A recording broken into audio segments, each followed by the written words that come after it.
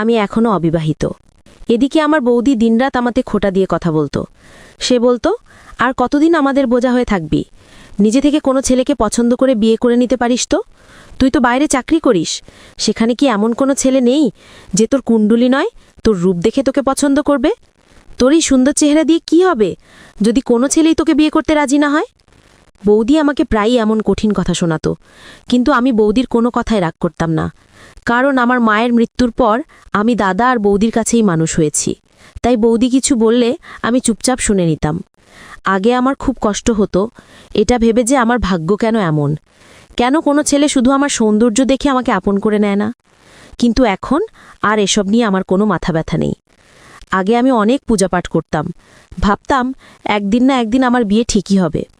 কিন্তু এখন আমি আর এটা ভেবে দুঃখ করি না যে আমার কোনোদিন বিয়ে হবে না। কারণ আমার বয়সী পাত্র পাওয়া এখন সত্যিই কঠিন। সাধারণত বেশিরভাগ মেয়েদেরই 20 থেকে 22 বছরের মধ্যে বিয়ে হয়ে যায়। তাই একজন 33 বছর বয়সী মেয়ের জন্য পাত্র খুঁজে পাওয়া খুব মুশকিল। একদিন রাতে আমি নিজের ঘরে কাজে ব্যস্ত ছিলাম। সেই সময় আমার ভাইপো আকাশ ঘরে এসে বলল, পিসি, তোমাকে দেখলে একদমই মনে হয় না যে তোমার বয়স 33 বছর। তোমাকে তো 22 বছরের মেয়েদের মতোই লাগে। আমি তখন আকাশকে বলেছিলাম, আমি তোর পিসি হই, তাই তোর মুখে এমন কথা মানায় না। অনেক রাত হয়েছে, এখন নিজের ঘরে গিয়ে শুয়ে পড়। আমার ভাইপো তখন ঘর থেকে বেরিয়ে যাবার আগে বলল, পিসি, এই কথাটা কিন্তু আমি বলছি না। আজ সকালে যে আমার বন্ধুটা এসেছিল, সে তোমার ব্যাপারে এই কথা বলেছে। তাই আমি তোমাকে শুধু তার কথাটা জানাতে এসেছিলাম। আমি তখন আমার ভাইপোকে জিজ্ঞেস করলাম, তোর বন্ধুর নাম কি? সে বলল তার বন্ধুর নাম নাকি প্রীতম। পরের দিন সকালে আমার অফিসে ছুটি ছিল, তাই আমি নিজের জামাকাপড় ধুয়ে বাড়ির পেছনের বাগানে মেলে দিচ্ছিলাম।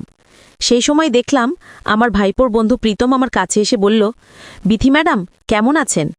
আমি পেছনে ঘুরে তাকাতেই দেখলাম চাঁদে ব্যাগ নিয়ে একটা ছেলে দাঁড়িয়ে আছে। আমি তখন জিজ্ঞেস করলাম, তুমি কি প্রীতম? সে তখন বলল, হ্যাঁ, আমি প্রীতম। আমি তখন প্রীতমকে বললাম, তুমি আমাকে নাম ধরে ডাকলে কেন? আমি তোমার পিসি হই, তাই আমাকে নাম ধরে নয়, পিসি বলে ডাকবে। তুমি আমার ভাইপোর বন্ধু, সেই হিসেবে তুমিও আমার ভাইপোর মতো। এমন ভুল আর কখনো করবে না। আমার ভাইপো আকাশ যেমন আমাকে পিসি বলে ডাকে, তুমিও আমাকে পিসি বলেই ডাকবে। আর তুমি এখানে কি করছো? আমার ভাইপো তো কলেজের জন্য অনেক আগেই বেরিয়ে গেছে। প্রীতম তখন আমার হাত থেকে জামাকাপড়গুলো নিয়ে বলল, আমি আপনাকে সাহায্য করে দিচ্ছি। আমি তখন প্রীতমকে বললাম, আমার সাহায্যের কোনো প্রয়োজন নেই। আমি কারো সাহায্য নিয়ে কাজ করতে পছন্দ করি না। আমি নিজের কাজ নিজেই করতে ভালোবাসি। তুমি এখান থেকে যেতে পারো। তারপর সেদিন রাতে আমি যখন খাওয়া দাওয়া করে নিজের ঘরে শুয়েছিলাম, তখন আমার মনে হলো যেন আমার পাশে কেউ একজন বসে আছে। এমনকি ঘুমের ঘরে মনে হলো কেউ যেন আমার শরীরে হাত বুলিয়ে দিচ্ছে। চোখ খুলতেই আমি চিৎকার করে উঠলাম, কারণ আমার পাশে একটা ছেলে বসেছিল এবং অন্ধকারে তার মুখটা বোঝা যাচ্ছিল না। আমি চিৎকার করতেই সে দৌড়ে ঘর থেকে পালানোর চেষ্টা করল। সেই সময় আমার ভাইজি বারান্দার ঘরে ছিল। সে ওই আগন্তুককে দেখে ভয়ে চিৎকার করতে শুরু করেছিল। আমাদের প্রথমে মনে হয়েছিল ছেলেটা হয়তো কোনো চোর। তারপর বাড়ির বাকি সদস্যরা যখন ছুটে এলো, তখন দেখলাম আমার ভাইজির মুখটা সে চেপে ধরেছে। আমি আর সহ্য করতে না পেরে ওই চোরের চুলের মুঠি ধরে বললাম, আমার ভাইজিকে ছেড়ে দে। তারপর বাড়ির বাকি সদস্যরা দেখে সে খুব ভয় পেয়ে গিয়েছিল এবং আমার ভাইজিকে জোরে ধাক্কা দিয়ে বাড়ি থেকে পালিয়ে গেল। আমরা তাকে ধরার অনেক চেষ্টা করেছিলাম, কিন্তু পারিনি। তার মুখটাও অন্ধকারে দেখা যায়নি। কিন্তু আশ্চর্যের বিষয় হলো, ওই চোর আমাদের বাড়ি থেকে কোনো কিছুই চুরি করেনি। সে শুধু আমার পরনের একটা পোশাক নিয়ে পালিয়েছিল। এদিকে আমার ভাইজি তো ভয় অজ্ঞানী হয়ে গিয়েছিল যখন চোরটা তার মুখ জোরে চেপে ধরেছিল। চোরটা পালিয়ে যাবার পর আমার ভাইজির চোখে মুখে জলের ছিটে দিয়েছিলাম, তারপরে তার জ্ঞান ফিরেছিল। ওদিকে আমার বৌদি ও ভাইপো তো ভয়ে কেঁদেই ফেলেছিল। আমার দাদা যেহেতু বিদেশে থাকে, তাই সেদিন রাতে দাদা বাড়িতে থাকলে হয়তো আমাদের এতটা ভয় লাগতো না। সেদিন আমরা সবাই খুবই আতঙ্কিত ছিলাম। এদিকে আমার ভাইপোর সঙ্গে তার বন্ধু প্রীতম যখনই আমাদের বাড়িতে আসতো, তখনই সেই ছেলেটা আমার সঙ্গে কোনো না কোনো অদ্ভুত কাণ্ড ঘটাত। সেদিন যখন আমি নিজের ঘরে বসে ল্যাপটপে কাজ করছিলাম, তখন সে আমার ঘরে ঢুকে বলল, আপনি দেখতে ভীষণ সুন্দর। আমি তো অবাক হয়ে তার দিকে তাকিয়েছিলাম। তারপর সে হঠাৎ করে আমার খুব কাছাকাছি আসার চেষ্টা করেছিল। আমি তখন নিজেকে সামলাতে না পেরে তার গালে একটা থাপ্পড় মেরে বলেছিলাম, তোর সাহস কি করে হলো? বেরিয়ে যা এখান থেকে। সেদিনের পর থেকে আমার ভাইপোর বন্ধু প্রীতম বেশ কিছুদিন আমাদের বাড়িতে আসেনি। কিছুদিন পর হঠাৎ একদিন আমাদের বাড়িতে এসে সুযোগ পেয়ে আমাকে বলল, আপনার সঙ্গে আমি বন্ধুত্ব করতে চাই, আর সেদিনের আচরণের জন্য আমি সত্যিই খুব দুঃখিত। আমাকে ক্ষমা করে দিন এবং আমার সঙ্গে বন্ধুত্ব করুন।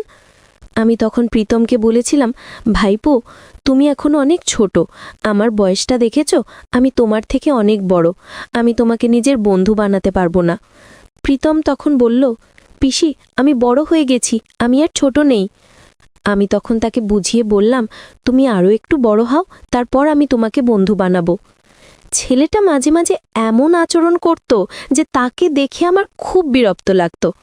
একদিন বৌদি আমার ভাইপোকে বলল, তুই ওই প্রীতমের সঙ্গে একদম মেলামেশা করবি না, ওই ছেলেটাকে আমার মোটেও পছন্দ নয়, সঙ্গদোষে তুইও খারাপ হয়ে যাবি, তাই ওই ছেলেটাকে আর আমাদের বাড়িতে নিয়ে আসবি না। আমার ভাইপো আকাশ কিন্তু খুব ভদ্র এবং সহজ সরল ছিল, কিন্তু তার বন্ধুটা মোটেও তেমন ছিল না।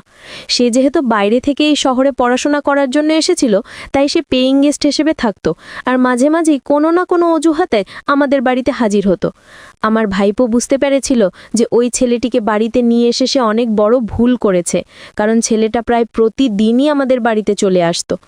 আমার খুব আশ্চর্য লাগতো যে একটা 21-22 বছরের ছেলে কিভাবে আমাদের মতো বয়সী মেয়েদের দিকে এমন নোংরা দৃষ্টিতে তাকাতে পারে। আসলে কিছু কিছু ছেলে থাকে যারা তাদের থেকে বেশি বয়সী মেয়ে ও মহিলাদের প্রতি আকৃষ্ট হয়। এদিকে আমার বৌদি উঠতে বসতে সারাক্ষণ আমাকে কোনো না কোনো কথা শোনাতো। এমনকি আমি অফিসের কাজে এতটাই ব্যস্ত থাকতাম যে সব সময় বৌদির কাজে সাহায্য করতে পারতাম না, তাই বৌদি সেটা নিয়েও আমাকে কথা শোনাতো আর বলতো, আমি তো এই বাড়ির কাজের লোক, আর তুই হলি মহারানী, তুই শুধু বসে বসে খাবি আর আমি সমস্ত কাজ করে নিজের শরীরটাকে শেষ করব, তুই তো অফিস থেকে এসে একটু সাহায্য করতেই পারিস, বাসনগুলো তো মেজে দিতে পারিস। আমি যথেষ্ট সাহায্য করতাম বৌদির কাজে কর্মে, কিন্তু বৌদি চাইতো আমি যেন সংসারের সমস্ত দায়িত্ব নিজের কাঁধে তুলে নিই। সেটাও করতে আমার কোনো আপত্তি ছিল না, কিন্তু অফিসের কাজের চাপে আমি সংসারের জন্য সময় দিতে পারতাম না। অথচ আমি যা বেতন পেতাম তার বেশিরভাগটাই আমার ভাইজি ও ভাইপোর পেছনে খরচ করতাম। তাদের পকেট মানি থেকে শুরু করে বাইরে ঘুরতে যাওয়া, জামা কাপড় কেনাকাটা, এই সব কিছু টাকাই আমি দিতাম। একদিন প্রীতম যখন আমাদের বাড়িতে এসেছিল, তখন আমরা সবাই তাকে দেখে খুব হেসেছিলাম, কারণ সে এমনভাবে সেজে গুজে এসেছিল যে তাকে একটা সঙ্গের মতো দেখাচ্ছিল। আসলে সে আমার সঙ্গে নিজেকে বড় প্রমাণ করার জন্য বড়দের পোশাক পরে এসেছিল। আমি যেদিন তাকে বলেছিলাম যে তুমি এখন ছোট, বড় হও, তারপর তোমার সঙ্গে বন্ধুত্ব করব, সেই দিনের পর থেকে ছেলেটা আমার সামনে নিজেকে বড় প্রমাণ করার জন্য অদ্ভুত সব কাণ্ড কারখানা করত। সেদিন তার সাজ পোশাক দেখে আমরা খুব হেসেছিলাম। সেদিন প্রীতম লজ্জা পেয়ে আমাদের বাড়ি থেকে চুপচাপ চলে গিয়েছিল। এমনকি সে তার ব্যক্তিগত ডায়েরিটাও তাড়াহুড়োই আমাদের বাড়িতেই ফেলে রেখে গিয়েছিল। তার চলে যাওয়ার পর আমি তার ডায়েরিটা তুলে রেখেছিলাম, ভেবেছিলাম অফিস যাওয়ার পথে তাকে দিয়ে দেব। আমি যখন বুঝতে পারলাম যে ছেলেটা আমার সামনে নিজেকে বড় প্রমাণ করার চেষ্টা করছে, তাই সেদিন ডায়েরিটা দেওয়ার অজুহাতে তার ঘরে গিয়ে তাকে অনেক বোঝানোর চেষ্টা করেছিলাম। আমি বলেছিলাম যে তার আমার সামনে বড় সাজার কোনো প্রয়োজন নেই, তার যদি কখনো আমার সঙ্গে মন খুলে কথা বলতে ইচ্ছে করে তাহলে সে আমাকে নিজের মনের কথা বলতে পারে। আমি তার পিসি হওয়ার পাশাপাশি একজন ভালো বন্ধুও হতে পারে। এই কথাটা শুনে প্রীতম খুব খুশি হয়ে বলেছিল, পিসি তুমি খুব সুন্দর করে আমাকে বুঝিয়ে বললে, তোমার কথা শুনে আমার মনটা খুব হালকা হয়ে গেল।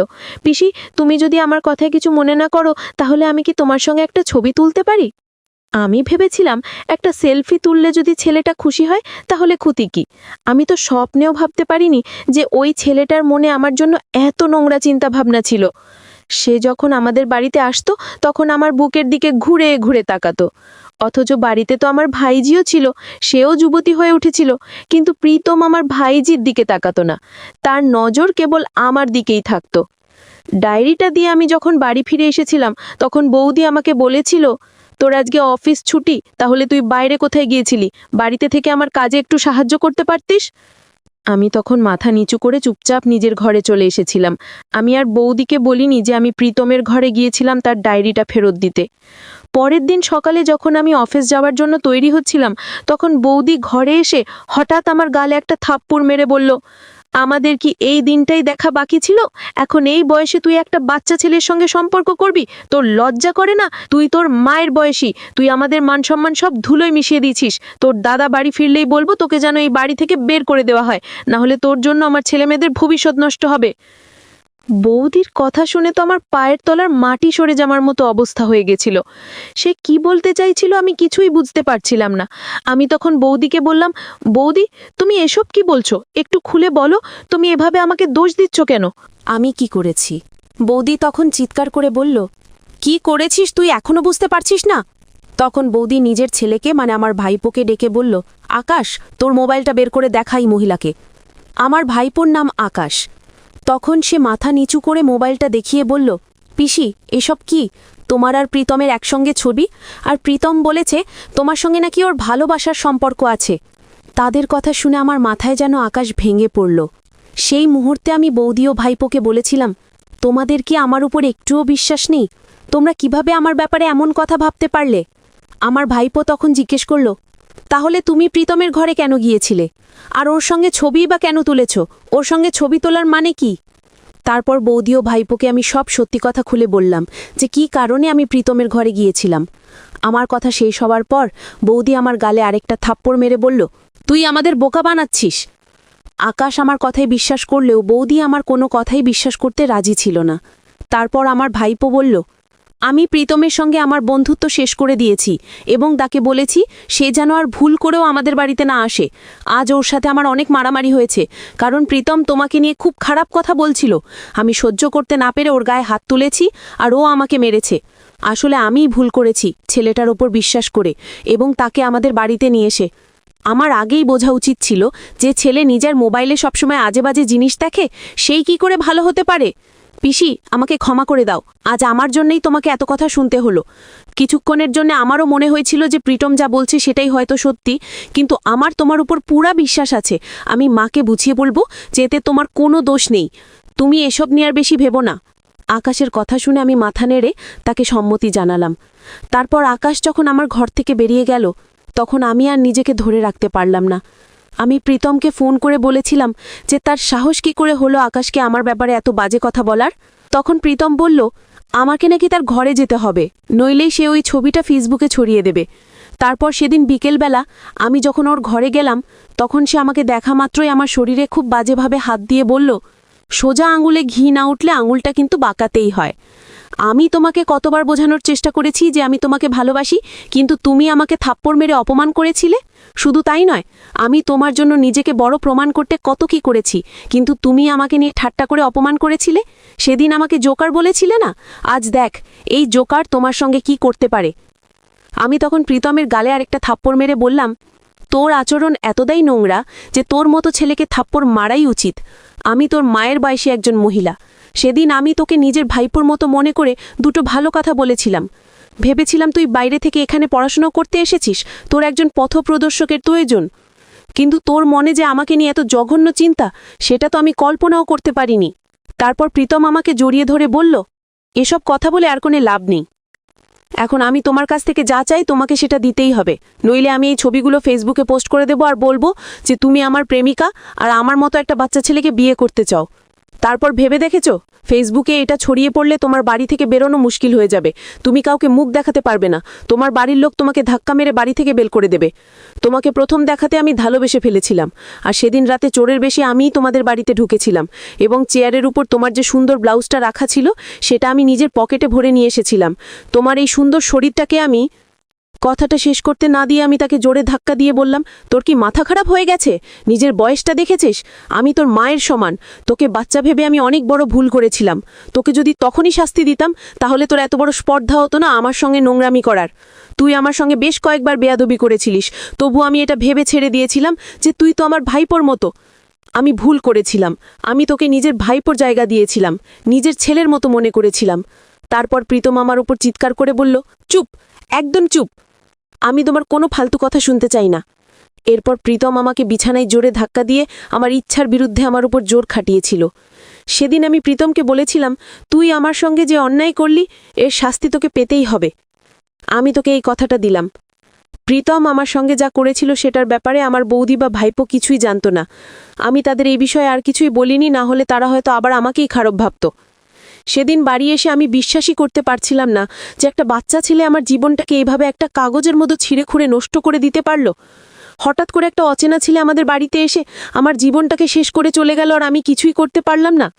পরের দিন সন্ধ্যাবেলা প্রীতম আবার ফোন করে বলল আমাকে নাকি তার ঘরে যেতে হবে, সে আবার আমার সম্মানহানি করতে চেয়েছিল।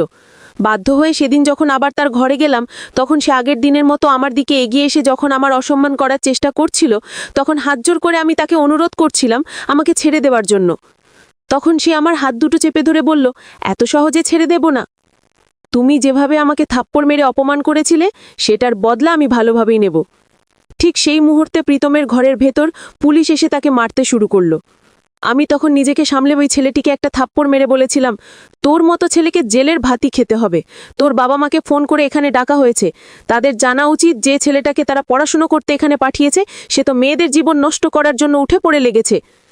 সেই সময় প্রীতম খুব ভয় পেয়ে নিজের ভুল বুঝতে পেরে আমার পা ধরে ক্ষমা চেয়েছিল এবং বলেছিল আমি যেন তার বাবা মাকে ফোন করে এসব ব্যাপারে কিছু না বলি। কিন্তু আমি তার কোনো কথাই শুনিনি।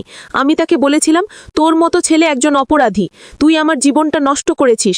তুই আমাকে নিজের ভাইপোর মতো মনে করেছিলিস, কিন্তু তুই তো একটা চরিত্রহীন নোংরা মানুষ।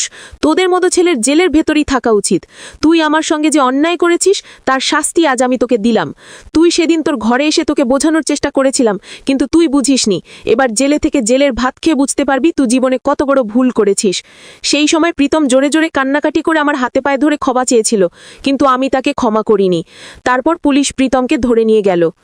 ভেবেছিলাম এই কথাগুলো আমাদের বাড়িতে আর কাউকেই বলবো না, কিন্তু আমার ভাইপো যখন কলেজে গিয়েছিল তখন প্রীতমের ব্যাপারে জানতে পেরেছিল যে তাকে পুলিশে ধরে নিয়ে গেছে।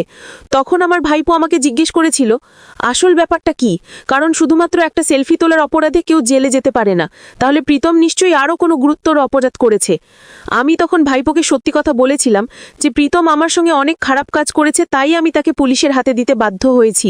তখন বৌদি বুঝতে পেরেছিল যে এতে আমার কোনো দোষ ছিল না, কারণ আমি যদি প্রীতমের সঙ্গে যুক্ত থাকতাম তাহলে আমি কখনোই তাকে পুলিশের হাতে তুলে দিতাম না। আমি যদি কোনো কম বয়সী ছেলেকেই ভালোবাসতাম তাহলে আমার বয়স আজ 33 হতো না। আমি কোনো ছেলের সঙ্গে ঘর সংসার করতাম। বৌদি বুঝতে পেরেছিল যে সে আমাকে অনেক ভুল বুঝেছিল, তাই বৌদি আমার কাছে ক্ষমা চেয়েছিল। সেদিন আমি বৌদিকে বলেছিলাম আমি চিরকাল তোমাদের সঙ্গে থেকেই হাসি খুশিভাবে জীবনটা কাটিয়ে দিতে পারবো। আমার আর বিয়ে করার কোনো ইচ্ছা নেই, আর এটা নিয়ে আমার কোনো আফসোসও হবে না। শুধু তোমরা আমার সঙ্গে থেকো, তাহলেই আমি সুখে থাকবো। সেই দিনের পর থেকে বৌদি আর কোনোদিন আমাকে খোঁটা দিয়ে কথা বলতো না বা আমার বিয়ের ব্যাপারেও কিছু বলতো না। সে আমার সঙ্গে খুব ভালো ব্যবহার করত।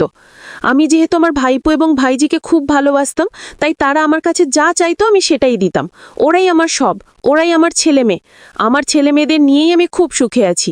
সেই দিনের পর থেকে আমার ভাইপো আকাশ আর কোনোদিন তার কোনো বন্ধুকে আমাদের বাড়িতে নিয়ে আসতো না, কারণ তার মনে একটা ভয় ঢুকে গিয়েছিল।